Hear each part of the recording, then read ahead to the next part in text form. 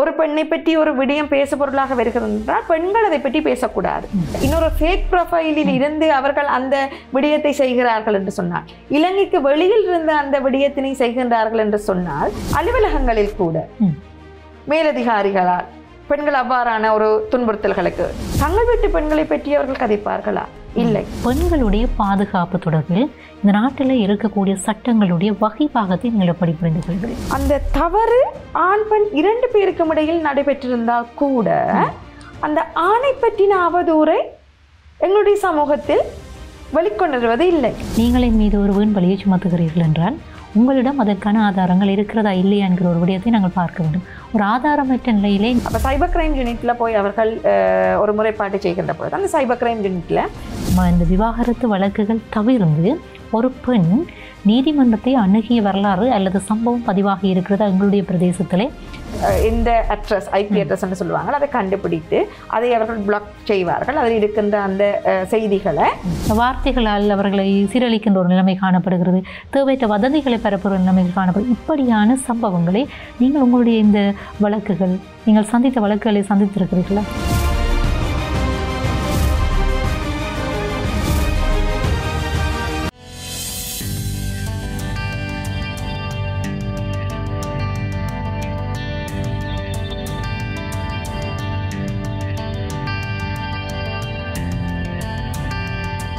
வணக்கம் மக்களே, மற்றும் ஒரு அகலங்கும் சிறப்பு நிகழ்ச்சியினூடாக இணைந்திருக்கிறோம். சமகாலத்துக்கு தேவையான விடயங்களை நாங்கள் ஒவ்வொரு வாரமும் உரையாடி கொண்டிருக்கிறோம்.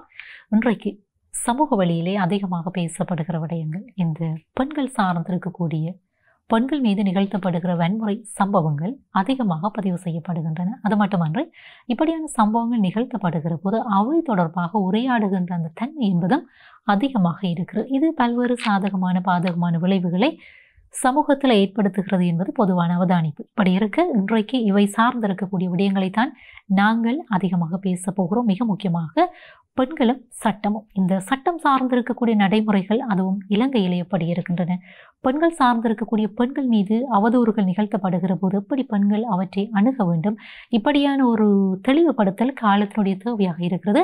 இந்த அடிப்படையில் தான் இன்றைக்கு நிகழ்ச்சியும் பயணப்பட போகிறது. அழைத்து வந்திருக்கிறோம் சட்டத்தரணி வைஷ்ணவி அவர்கள் எங்களோடு இணைந்திருக்கிறார். வரவேற்கலாம். வணக்கம். வணக்கம். உங்களை அன்போடு நிகழ்ச்சிக்கு நாங்கள் வரவேற்றுக் கொண்டு, நான் இந்த ஆரம்பத்தில் சொன்ன விஷயம், இன்றைக்கு பெண்கள் மீது அவதூறு போஸ்டல் என்பது அதிகமாக பொது வழியிலே சமூக வழியிலே அதிகமாக நாங்கள் பார்க்கக்கூடியவாறு இருக்கிறது. நாங்கள் கொஞ்ச காலத்துக்கு முதல் கிட்டத்தட்ட ஒரு 10 வருடம் அல்லது ஒரு 15 வருடங்களுக்கு முன்பாக பார்த்தோம் என்றால் இந்த நிலைமை முற்றிலும் வேறுபட்ட ஒரு நிலைமையாக இருந்தது. ஒரு பெண் தனித்த பொது வழியிலே நடமாடுகிற அந்த சுதந்திரம் என்பது பெண்ணுக்கு கொடுக்கப்பட்டிருந்தது. அது இயல்பாக அந்த பெண் அதை எடுத்துக்கொண்டால் என்று சொல்லியும் நாங்கள் எடுத்துக்கொள்ளலாம்.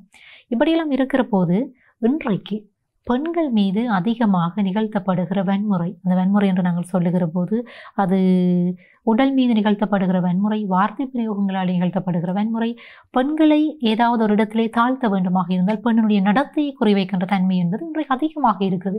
நாங்கள் சொல்லிக் கொள்ளுகிறோம், நாங்கள் வளர்ந்த சமூகம், கலாச்சார பண்பாட்டு விழுமியங்கள் அதிகமாக கொண்டிருக்கக்கூடிய சமூகம், தமிழ் சமூகம் என்றெல்லாம் நாங்கள் பேசிக்கொண்டிருக்கோம். ஆனால் இதே சமூகத்தில் தான் இப்படியான விடயங்கள் இன்றைக்கு அதிகமாக நிகழ்த்தப்படுகிறது. உங்களுடைய பார்வையில் இதை நீங்கள் எப்படி புரிந்து கொள்கிறீர்கள்? எந்த மனநிலை இது வெளிப்படுத்துகிறது? நாங்கள் இதை பார்க்கின்ற பொழுது சமூகம் எவ்வாறு முன்பிருந்ததிலிருந்து தற்போது மாறி இருக்கிறது என்பதை பற்றி பிரதானமாக பேச வேண்டும். ஆரம்ப காலத்தில், அதாவது அச்சு ஊடகங்கள் மூலமாகத்தான் பல விடயங்கள் பொதுவெளியில் வெளிவரப்பட்டு கொண்டிருந்தன. அவ்வாறு அச்சு இயந்திரங்கள் மூலமாக கொண்டு வருகின்ற பொழுது அந்த ஊடகங்கள் அவர்களுக்கான அந்த ஊடக தர்மத்தை பின்பற்றி கொண்டு வந்திருந்தார்கள்.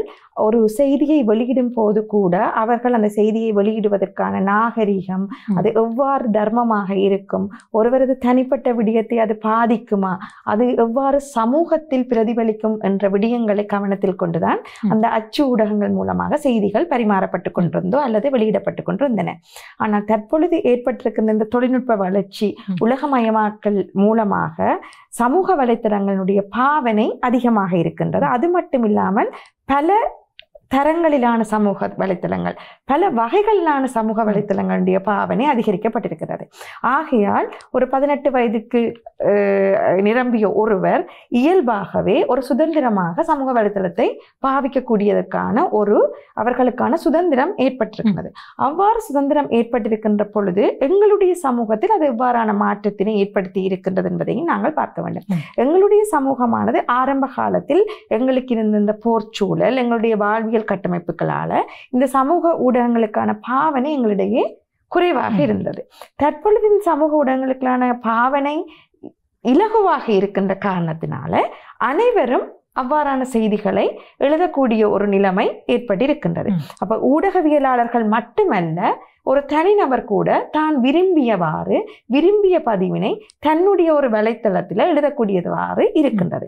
அவருக்கு இன்னொருவர் மீது ஏதாவது ஒரு பகை இருக்குமாக இருந்தால் அல்லது காழ்ப்புணர்ச்சி இருக்குமாக இருந்தால் அவரை பழி வாங்க வேண்டும் அல்லது அவமானப்படுத்த வேண்டும், அவர்கள் மீது ஒரு அவதூறினை அவர் ஏற்படுத்த வேண்டுமாக இருந்தால் அவர்கள் எந்த விதமான ஒரு தர்மமோ அல்லது அறமோ இல்லாமல் செய்திகளை இலகுவாக தங்களுடைய வலைத்தளத்தில் பதிவு செய்வதற்கான ஒரு இலகுவான ஒரு அணுகுமுறை காணப்படுவது ஒரு முக்கியமான ஒரு பாரிய பிரச்சனையாக இருக்கின்றது. அடுத்ததாக நீங்கள் கேட்ட மாதிரி எங்களுடைய சமூகமானது நாங்கள் கலாச்சார விழுமியங்களை பின்பற்றுகிறவர்கள் என்று கூறினாலும், நாங்கள் தமிழ் சமூகத்திலிருந்து வந்தாலும் எங்களுடைய சமூகத்தில் அந்த ஆணாதிக்க சிந்தனை என்பது புரியோடி போய் இருக்கின்றது. அது நாங்கள் பல இடங்களில் பார்க்கக்கூடியதாக இருக்கின்றது. அதாவது வேலைத்தலங்களாக இருக்கலாம் அல்லது வேறு இடங்களாக இருக்கலாம். பெண்கள் அதிகமாக எங்களுடைய நாட்டில் இருந்தால் கூட அந்த தலைமை பதவிகளை வகிப்பது அல்லது நாங்கள் அரசியல் ரீதியாக எடுத்து பார்த்தோம் என்றால் அரசியல்வாதிகளை தெரிவு செய்வது என்றது எல்லாமே ஆண்கள் தான் இருக்கிறார்கள் அந்த கட்சிகளை பிரதிநிதித்துவப்படுத்த. அவ்வாறான ஒரு ஆணாதிக்க சமூகத்தில் எங்களுடைய மனநிலைமையானது, அதாவது ஒரு பெண் முன்னேறி கொண்டு வருகின்றார் என்று சொன்னார் அல்லது நான் இதில் குறிப்பாகின்றேன், அந்த நீங்கள் குறிப்பிட்டது போல அந்த தவறு ஆண் பெண் 2 பேருக்கும் இடையில் நடைபெற்றிருந்தால் கூட அந்த ஆணை பற்றின அவதூறை எங்களுடைய சமூகத்தில் வெளிக்கொண்டு இல்லை. ஆனால் பெண்ணின் மீதான அந்த வசைபாடுகள் அது இதென்று கொண்டிருக்கும். அதிகம் அந்த பாலியல் தொடர்பான விடயங்கள் அது மிகப்பெரிய அளவில் எங்களுடைய சமூகத்தில் தற்பொழுது அது தொடர்பான செய்திகளை வெளியில் கொண்டு வருவது. மற்றது ஒரு பெண்ணை தனக்கு பிடிக்கவில்லை என்று சொன்னால் அந்த பெண்ணை உடனடியாக அந்த நடத்தை ரீதியாக கொண்டு வருவது. அதில் ஒரு ஆண் கூட சம்பந்தப்பட்டிருப்பார், ஆனால் அந்த ஆணை பற்றின எந்த ஒரு விடயங்களும் பொது வழிக்கு கொண்டு வரப்படுவதில்லை. பெண் மீதான ஒரு வசைபாடல்களும் பெண் மீதான அவதூறுகளும் தான் கொண்டு வரப்படுகின்றது. அது இதை காட்டுகின்றது என்று சொன்னால் எங்களுடைய ஆணாதிக்க சமூகத்தினுடைய சிந்தனை அல்லது இதை கூறுவது மிக மிக, அதாவது ஒரு விடயத்தினை அவர்கள் அது தொடர்பாக கதைப்பது அல்லது தொடர்பாடல் செய்வதில் அவர்கள் ஏதாவது ஒரு விதமாக திருப்திப்பட்டுக் கொள்கின்ற ஒரு நிலைமைதான் காணப்படுவது போலதான் தோன்றுகின்றது. ஏனென்று சொன்னால் தங்கள் வீட்டு பெண்களை பற்றி அவர்கள் கதைப்பார்களா? இல்லை. அப்ப இன்னொரு பெண்ணை பற்றி கதைக்கும் பொழுது அவர்களுக்கு உளவியல் ரீதியாக எவ்வாறான ஒரு தாக்கம் ஏற்படும் அல்லது அவர்களுடைய குடும்ப அங்கத்தவர்களுக்கு எவ்வாறான ஒரு தாக்கம் ஏற்படும், அது தொடர்பாக நம்பகரமான செய்தியா ஒருவர் பகிர்ந்திருக்கின்றார் என்பது தொடர்பாக எந்த விதமான நிரூபணமும் இல்லாமல் ஆதாரமும் இல்லாமல் ஒருவர் குறிப்பிடப்படுகின்ற ஒரு செய்தியை பல பேர் அதை பகிர்ந்து கொள்கின்றார்கள். அப்படி பகிர்ந்து கொள்கின்ற பொழுது அது ஒரு அந்த நேரத்திற்கு அந்த விடயமானது ஒரு பேசு பொருளாக கொண்டு வரப்படுகின்றது. அது சில காலத்தில் அது மறைந்துவிடும்.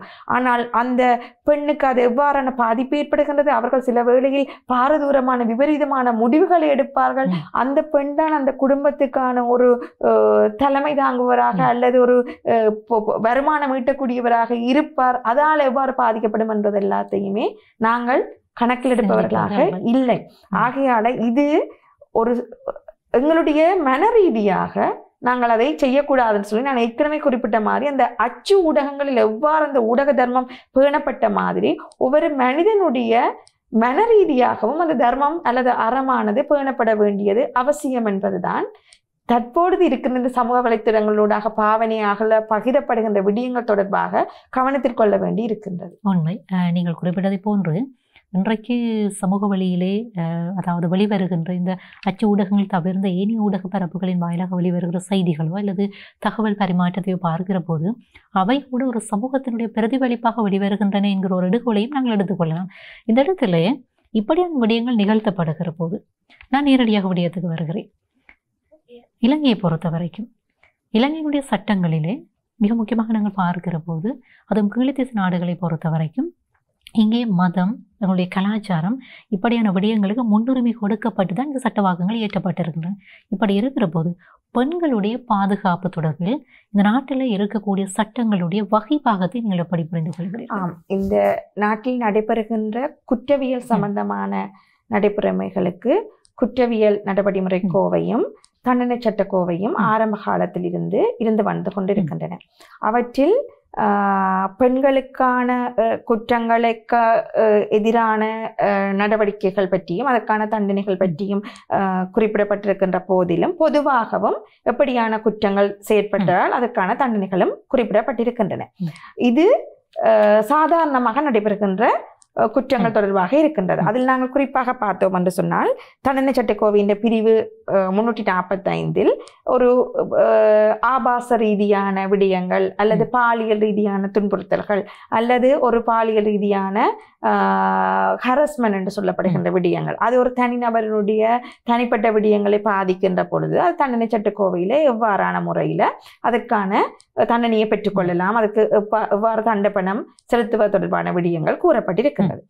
அதுக்கு அடுத்ததாக பெண்களுக்கு எதிராக நடக்கின்ற வன்முறைகள் தொடர்பாக விசேஷ சட்டமாக குடும்ப வன்முறை சட்டமானது உருவாக்கப்பட்டிருக்கிறது. அது ஒரு குடும்பத்தினர், அது பெண்களுக்கானது மட்டுமல்ல, அது ஒரு நடுநிலைமையான சட்டம். அதாவது குடும்பத்தில் இருக்கின்ற எந்த ஒரு உறுப்பினருக்கு எதிராகவும் ஒரு வன்முறையாக நிகழ்த்தப்படுகின்ற பொழுது அவர்கள் அதற்கான தீர்வினை நீதிமன்றத்தை நாடி பெற்றுக்கொள்ளலாம் என்று சொல்வது. அது குறிப்பாக பெண்களுக்கு அது ஒரு சாதகமாக இருக்கின்றது. ஆனாலும் அதிலும் பல குறைபாடுகள் இருக்கின்றது. அதற்கான திருத்தங்களும் மேற்கொள்ளப்பட வேண்டிய விடயங்கள் காணப்படுகின்றன.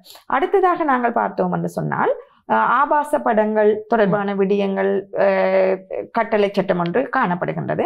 அதிலே அந்த ஏதாவது அந்த படங்களை பகிர்ந்து கொண்டால் அவர் தொடர்பான விடயங்களுக்கான ஒரு தீர்வு காணக்கூடிய மாதிரி அந்த சட்டமானது கூறுகின்றது. அதுக்கடுத்ததாக இந்த சமூக வலைத்தளங்கள்ல பகிரப்படுகின்ற விடயங்கள் தொடர்பாக வந்திருக்கின்ற இதுல அந்த கணினி சம்பந்தமான ஒரு சட்டம் ஒன்று ஏற்படுத்தப்பட்டிருந்தது. அதற்கு பிற்பாடு சைபர் கிரைம் தொடர்பான ஒரு சட்டமானது கொண்டு வரப்பட்டிருந்தது. அதற்கு பிறகு தற்பொழுது இந்த ஆன்லைன் சேஃப்டி ஆக்ட் என்றது கொண்டு வரப்பட்டிருக்கின்றது. இந்த சட்டங்கள் மூலமாக கொண்டு வரப்பட்டிருக்கின்ற இந்த தண்டனைகள் அல்லது அதற்கான குற்றங்கள் தொடர்பாக நாங்கள் விவாதிப்போம் என்று சொன்னால் கூடுதலாக இந்த சமூக வலைத்தளங்களாக பாதிக்கப்படுவது சிறுவர்கள், பெண்கள் தான் கூடுதலாக பாதிக்கப்படக்கூடியதாக இருக்கின்றது.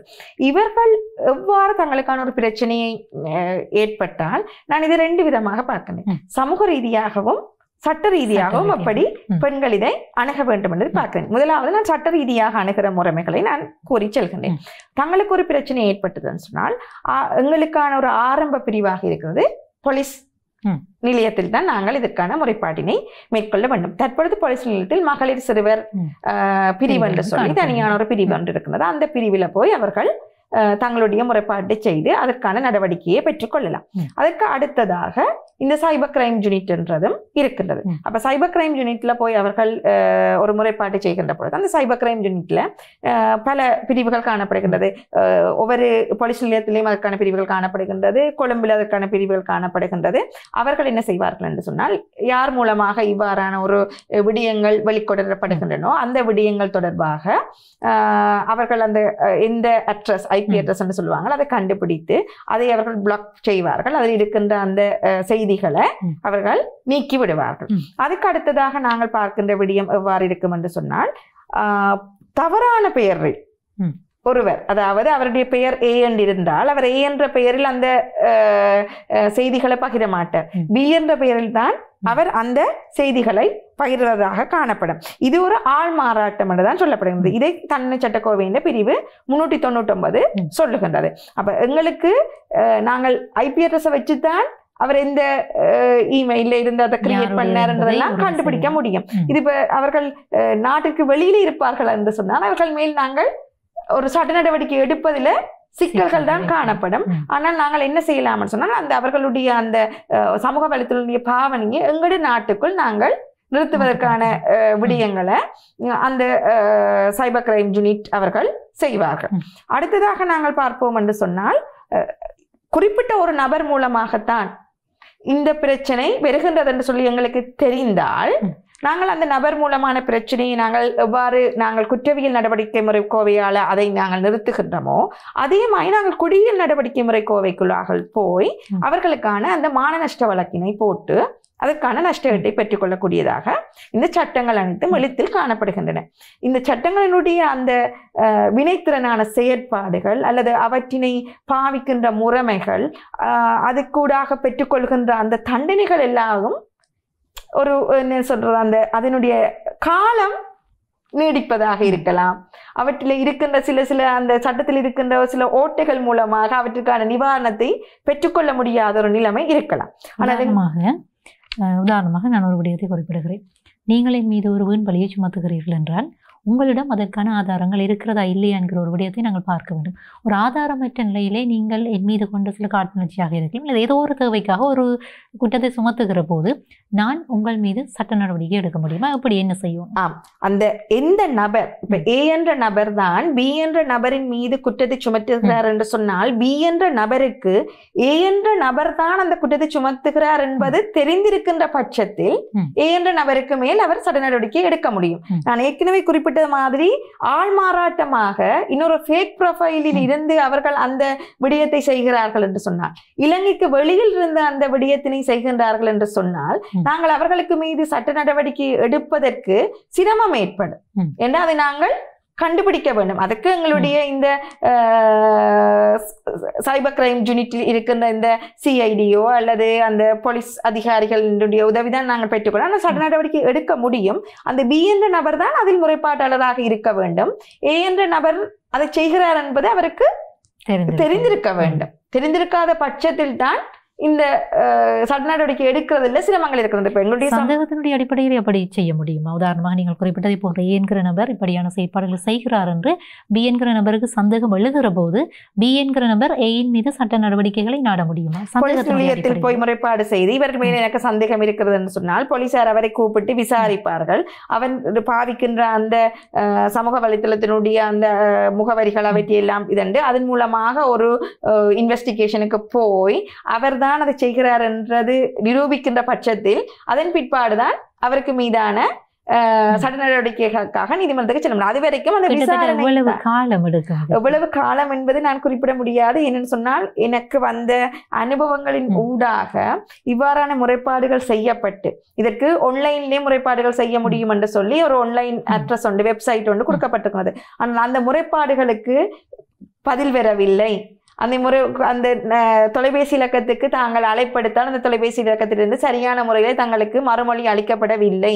தாங்கள் மீண்டும் மீண்டும் போய் தாங்கள் அந்த முறைப்பாட்டை செய்திருந்த பொழுதும் அதற்கான நடவடிக்கை எடுக்கப்படவில்லை என்றுதான் சாதாரணமாக மக்களிடம் இருந்து வருகின்ற அந்த செய்திகள் வருகின்றன.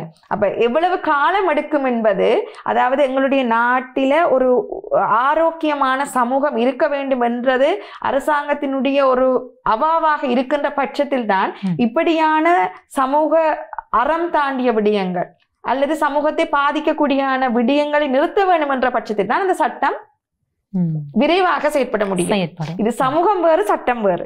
சட்டத்தில் சொல்லப்பட்ட விடயங்களை விரைவாக நடைபெற வேண்டும் என்று சொன்னால் சமூக அக்கறை ஒன்று இருக்கின்ற பட்சத்தில் தான் அந்த சட்டம் விரைவாக செயற்படக்கூடியதாக இருக்கும்.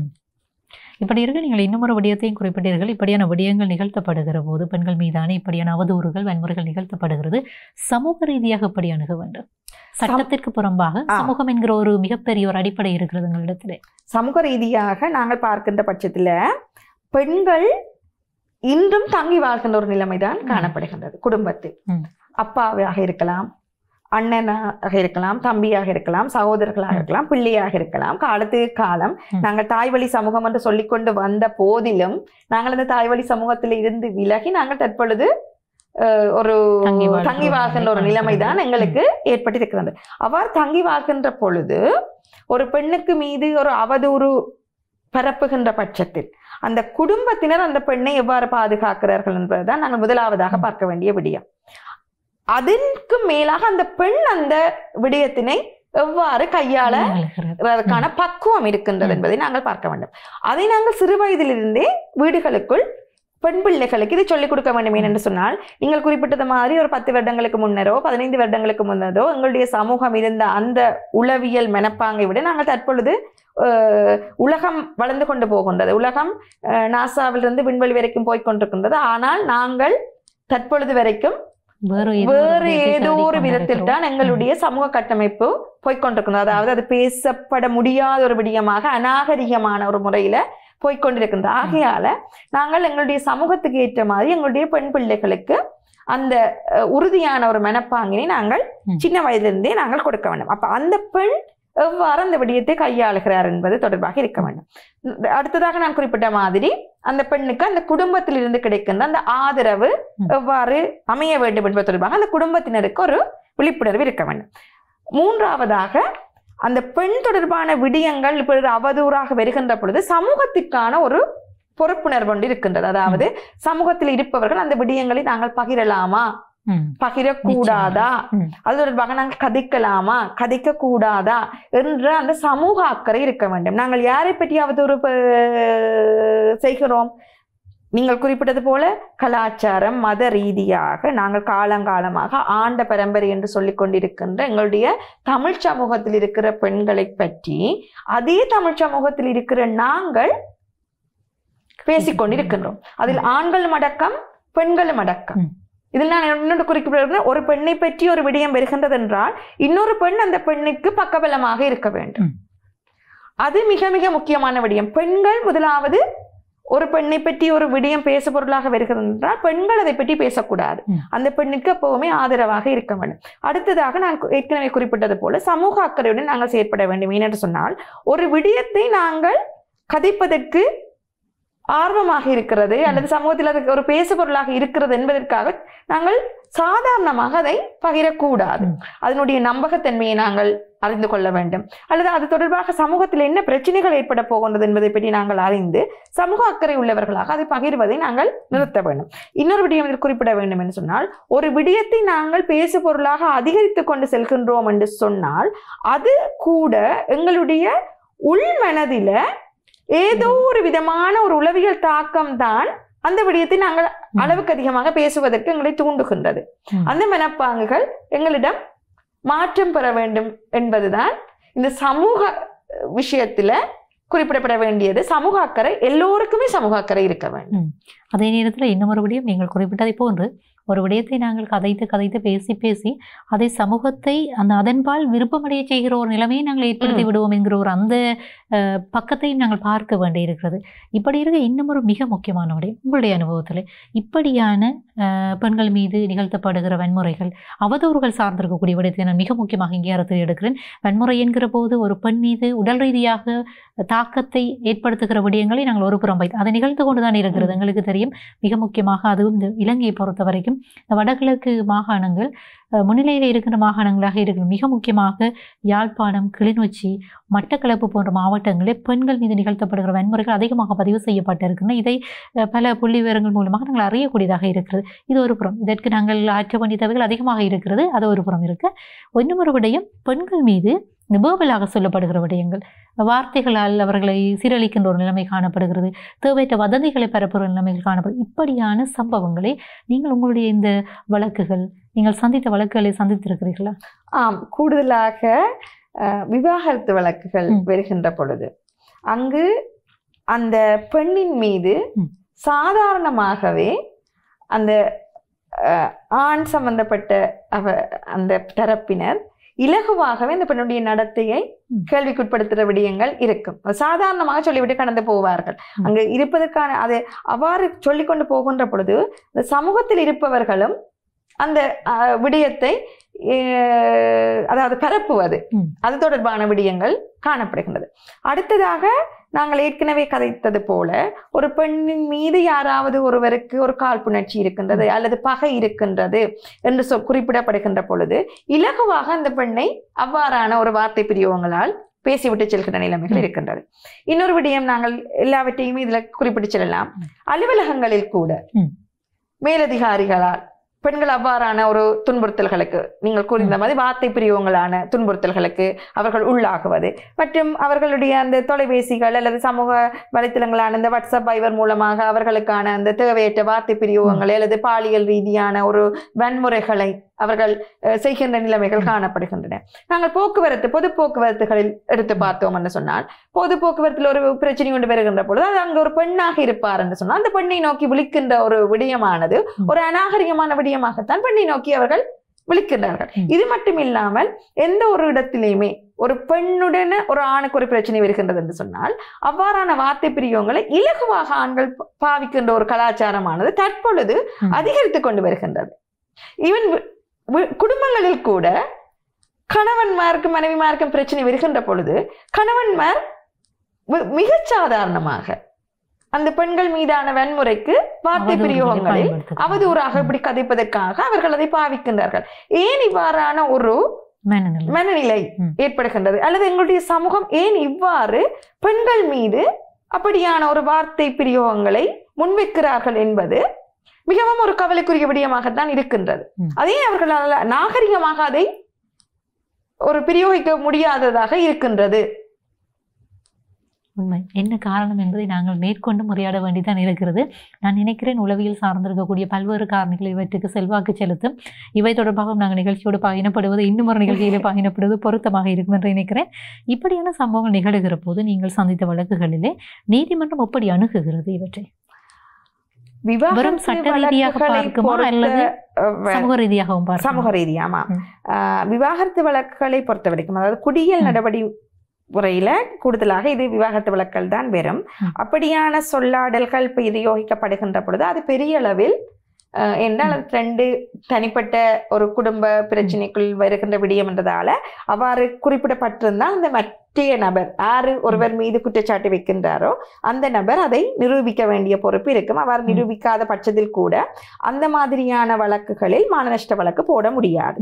குடும்ப நல வழக்குகளில் மானநஷ்ட வழக்கு போட முடியாது. ஆனால் ஏனைய விடயங்களில் அதாவது குடும்ப வன்முறையும் அதே போலதான் இருக்கிறது. குடும்ப வன்முறை சட்டத்திலேயும் உளவியல் ரீதியாகவோ அல்லது உடலியல் ரீதியாகவோ வன்முறை பிரிவிக்கப்படுகின்ற பொழுது அதுக்கு ஒரு தற்காலிகமான பாதுகாப்பு கட்டளை இல்லைன்னு சொன்னால் நிரந்தர பாதுகாப்பு கட்டளை வரும். அங்கும் குடும்பம் இருப்பதன் காரணமாக மானநஷ்ட வழக்கு போட முடியாது. ஆனால் ஏனைய பொது இடங்களில் அவ்வாறான விடயங்கள் கேட்க விளைந்தது அதுதான். இந்த விவாகரத்து வழக்குகள் தவிர்த்து ஒரு பெண் நீதிமன்றத்தை அணுகிய வரலாறு அல்லது சம்பவம் பதிவாகி இருக்கிறது எங்களுடைய பிரதேசத்திலே ஒரே என்கிற நபர் அல்லது பி என்கிற நபர் மீது இப்படியான வார்த்தை பிரயோகங்களை பயன்படுத்தினார் அல்லது என்னுடைய மனதை புண்படுத்துகிற விதமாக இவர்கள் நடந்து கொண்டார்கள், இப்படியான சம்பவங்கள் பதிவு செய்யப்பட்டிருக்க ஒரு பெண் முன்னின்று அல்லது முன் வந்து தனக்கு எதிராக நிகழ்த்தப்படுகிற இப்படியான வேர்பல் அபியூஸ் இவற்றுக்கு எதிராக சட்டத்தை நாடிய சம்பவங்கள் பதிவாகி இருக்கு. அவ்வாறான சம்பவங்கள் பதிவாகி இருக்கின்றன. அது பாரிய அளவிலே இருக்க முடியாது. இப்ப இரண்டு நபர்களுக்கு இடையிலா அல்லது ஒரு இடத்துல பிரச்சனை கொண்டு வரும் பொழுது இவர் என்ன இவ்வாறான வார்த்தை பிரயோகங்கள் மூடாக செய்திருக்கிறார் என்று சொல்லி அது போலீசாரை அணுகி போலீசார் நான் ஏற்கனவே குறிப்பிட்ட மாதிரி தண்டனை சட்ட கோவையின் பிரிவுகளுக்கு ஊடாக அந்த வழக்கை கொண்டு வருகின்ற பொழுது அதில் சில குறைந்தபட்சமாக இருக்கின்ற தண்டனைக்குரிய விடயங்கள் மத்தியஸ்த சபையை நாடி இரண்டு பகுதியினரும் சமாதானமாக போகின்ற சந்தர்ப்பங்கள் காணப்படும். அவ்வாறு இல்லாத பட்ச அநேகமாக ஆரம்பத்தில் அவர்கள் இந்த கோபத்தில் வந்து இவ்வாறான வார்த்தை பிரயோகங்களுக்காக முறைப்பாட்டினை செய்வார்கள். அதன் பின்னர் நான் ஏற்கனவே குறிப்பிட்ட மாதிரி நீதிமன்ற நடவடிக்கைகளில் ஏற்படுகின்ற அந்த காலதாமதங்கள் காரணமாக அவர்களுக்கு நீதிமன்றத்துக்கு வந்து செல்வதில் ஏற்பட்ட சிரமங்கள் காரணமாக சில வழக்குகள் கைவாங்கப்படும். சில வழக்குகள் இவ்வாறு சமாதானமான முறையில தீர்க்கப்படக்கூடியதாக இருக்கும். ஆயினும் பாரிய அளவில பெண்கள் இவ்வாறு முன்னின்று வந்து இவ்வாறான முறைப்பாடுகளை செய்வதில்லை. அதற்கான காரணம் அந்த குடும்ப பின்னணிகள். எப்பொழுதும் பெண்களுக்கான அந்த முடிவுகளை பெண்கள் எடுப்பதை பார்க்கிலும் அவர்கள் யாரை சார்ந்து வாழ்கின்றார்களோ அல்லது யாரை தங்கி வாழ்கின்றார்களோ அவர்கள் தான் அந்த முடிவுகளை எடுக்கின்ற ஒரு நிலைமை இருக்கின்ற காரணத்தினால் இவ்வாறான பாரிய அளவிலான வழக்குகள் அல்லது காத்திரமான ஒரு வழக்குகள் இதுவரைக்கும் எங்களுடைய பிரதேசங்களில் அவ்வாறான வழக்குகள் பதிவு செய்யப்பட்டு அவற்றுக்கான முடிவுகள் ஒரு சமூகத்துக்கு விழிப்புணர்வை ஏற்படுத்தக்கூடியதாக அல்லது அவ்வாறான ஒரு தவறினை அல்லது குற்றத்தினை அந்த சமூகத்தில் இருப்பவர்கள் மீண்டும் செய்ய முடியாதவாறான ஒரு தீர்க்கப்பட்ட அல்லது தீர்மானிக்கப்பட்ட வழக்குகளாக இல்லாமல்தான் எங்களுடைய பிரதேசங்களில் காணப்படுகின்றது. அதுக்கு நான் நினைக்கிறேன் இன்னும் ஒரு காரணத்தை நாங்கள் பொதுவாக சமூக வழியிலே பார்க்கலாம்.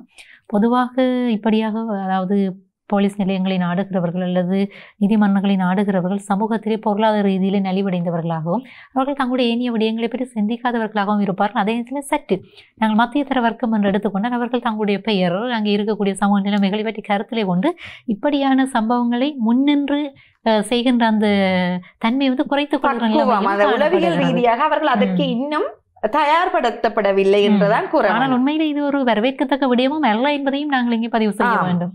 நிச்சயமாக இப்படி இருக்க நாங்கள் தொடர்ச்சியாக உரையாடலாம். ஆனால் நேரத்தை கருத்துரை கொண்ட நிகழ்ச்சியை நிறைவு செய்து கொள்ள போகிறோம். மிக்க நன்றி. உங்களுடைய இந்த பணி இடைவெளியிலே நீங்கள் இங்கே வருகை தந்து பல கருத்துக்கள் எங்களோடு பகிர்ந்து கொண்டமைக்கு நன்றி. நன்றி. அகலங்கு நிகழ்ச்சியினூடாக இணைந்திருந்தோம். இன்றைக்கு அகலங்கு நிகழ்ச்சியிலே பேசப்பட வேண்டிய மிக முக்கியமான விடயங்கள் சார்ந்து பேசியிருக்கிறோம். நாங்கள் சொல்லிக் கொள்ளுகிறோம் தாய்வழி சமூகத்தினுடைய தொடர்ச்சி என்று சொல்லி. ஆனால் இதே சமூகத்தில் தான் பெண்கள் மீது நிகழ்த்தப்படுகிற வன்முறைகள் பல்கி பெருகி செல்கின்ற அந்த நிலைமையினையும் அவதானிக்கக்கூடியதாக இருக்கிறது. இந்த நிலைமை என்பது ஆரோக்கியமான விடயம் அன்று. இப்படி இருக்க வாய் மூடி மௌனி திருத்தல் என்பதும் ஆரோக்கியமான விடயம் அன்று. இப்படி இருக்க இன்றைக்கு உரையாட வேண்டிய விடயங்களை நாங்கள் உரையாடி இருக்கிறோம் என்கிற நம்பிக்கையோடு இவை சார்ந்திருக்கக்கூடிய விடயங்கள் பொது வழியிலே பரப்பப்பட வேண்டும். பெண்கள் சார்ந்திருக்கக்கூடிய அந்த வழிப்படுத்தல்கள், பாதுகாப்பு இவற்றை பெண்கள் தாங்களே முன்னின்று செயலாற்ற வேண்டிய அந்த ஒருமித்த கரங்களாக இணைய வேண்டியது காலத்தினுடைய தேவையாக இருக்கிறது என்கிற அந்த விடயத்தையும் பதிவு செய்து கொண்டு இன்னும் ஒரு அகலங்கத்தோடு சந்திக்கலாம்.